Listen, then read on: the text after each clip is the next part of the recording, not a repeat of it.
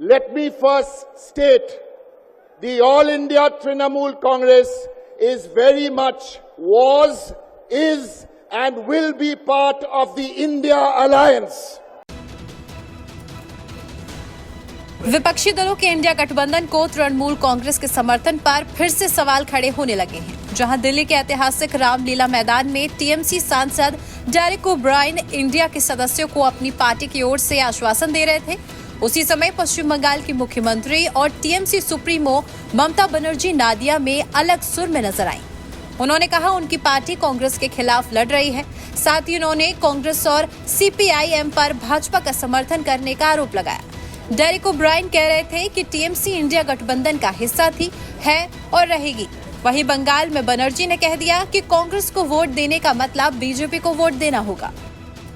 ममता बनर्जी ने दावा किया कि सीपीएम, बीजेपी और कांग्रेस के बीच गठबंधन है, इसके खिलाफ टीएमसी चुनाव लड़ रही है। उन्होंने इस तरह के किसी भी औपचारिक गठबंधन गठन की निंदा की। सीएम ने कहा कांग्रेस यहां वाम दलों के साथ गठबंधन में चुनाव लड़ रही है, उन्हें वोट देने का मतलब बीजेपी को वोट देना है। मुख्यमंत्री बनर्जी ने कहा कांग्रेस और सीपीआईएम भाजपा को समर्थन दे रही है, जो कि दंगा कराने वाली पार्टी है। उन्होंने कहा क्या आप बिल्किस बानो का केस याद है? क्या आपको हाथरस वाली घटना याद है? क्या आपको गुजरात दंगा याद है? तो याद रखिए कि बीजेपी एक दंगाई पार्टी है और कांग्रेस सीपीएम ने उसका समर्थन किया है। उन्होंने भाजपा के लोकसभा चुनाव में 400 से अधिक सीट जीतने के लक्ष्य का मखौल उड़ाया, उसे 200 सीट का आंकड़ा पार करने की चुनौती दी। ममता ने यह भी कहा कि वो नागरिक संशोधन कानून यानी कि सीएए को इस राज्य में लागू नहीं होने देंगी।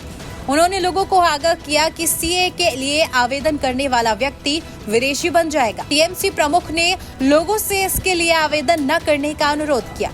उधर ममता और डेरेक के बयान पर सियासी खलबली मची। सीएम ममता के इस बयान के बाद टीएमसी नेता कुणाल घोष पार्टी की स्थिति पर सफाई देते नजर आए। उन्होंने कहा कि उनकी पार्टी राष्ट्रीय स्तर पर इंडिया गठबंधन के साथ पूरी तरह से प्रतिबद्ध है, मगर बंगाल कांग्रेस और सीपीएम बीजेपी को फायदा पहुंचा रहे हैं।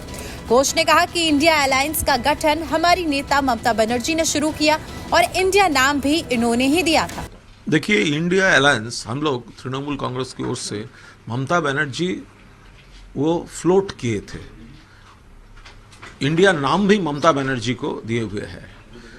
हम लोग इंडिया के साथ है नेशनल लेवल में, लेकिन बंगाल में ये स्टेट कांग्रेस और सीपीएम ये पूरा भाजपा का एजेंट बन चुका है।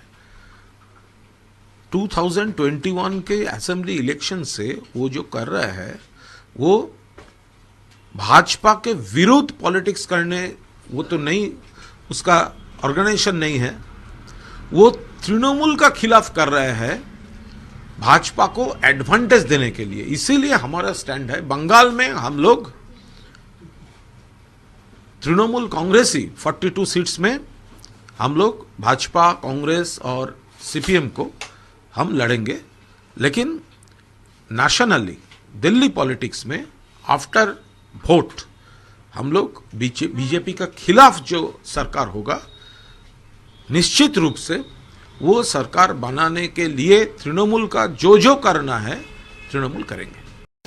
अब भले ही कुणाल घोष ने यह कह दिया हो कि गठबंधन देश के हित के रूप में अब भी बरकरार है और ममता के बयान को सीधे सीधे बंगाल से जुड़ा बताया।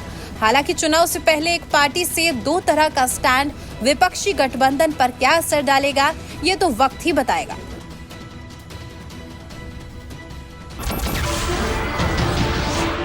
नमस्कार, मैं हूं मानक गुप्ता। अगर आपको हमारा ये वीडियो पसंद आया हो तो इसे लाइक और शेयर जरूर करें और हाँ, हमें सब्सक्राइब और फॉलो करना ना भूलें ताकि आप देश और दुनिया की कोई खबर मिस ना करें। तो जुड़े रहिए हमारे साथ और देखते रहिए न्यूज़ 24।